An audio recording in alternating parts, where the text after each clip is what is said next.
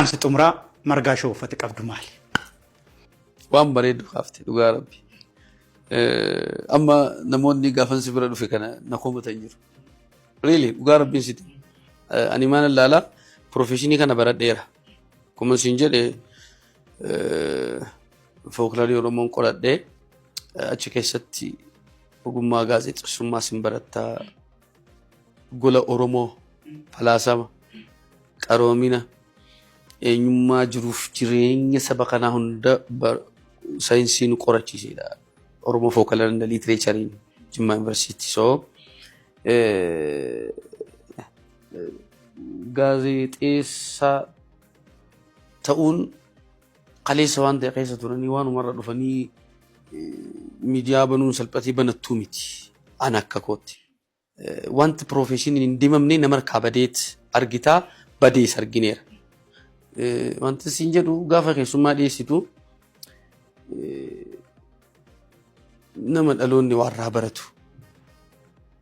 Nama sagaleen gurri namaa ijji namaa hundi quba qabu. Farda harree gaangee sarees sardiidas wal keessan oolchin. Wal keessan oolchin. Dhugaa rabbi ati kaleessa nama arrabsuun beekamu wayyaa asitti dhiyeessitee an dhufee asitti interview siin godhu. Itoo eenyummaan kee kaleessaa dudduubeen kee waadhaan tuttuqamaa ta'een dhufan. Really bakka garuu dheebodheera baay'ee. Namootan didee qaba.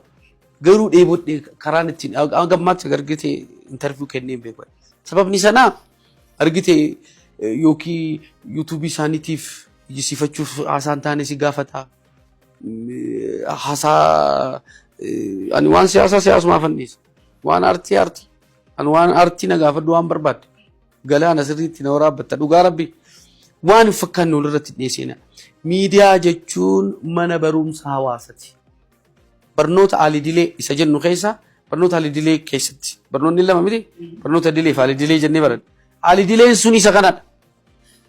Namoonni taskeessee uummata keetii dhiyeessitu mana barnootaati. Hawaasni namoota sana sirriitti hordofa. Laala maal jedhe eessaa ka'ee teessa gahe isa jedhu sirriitti irraa barata. Dhugaa rabbi kan barsiisaa ofii caala irraa dhaggeeffata. So as keessatti gaafa keessummaa dhiyeessitan keessattuu gootummaan arrabaan jiru.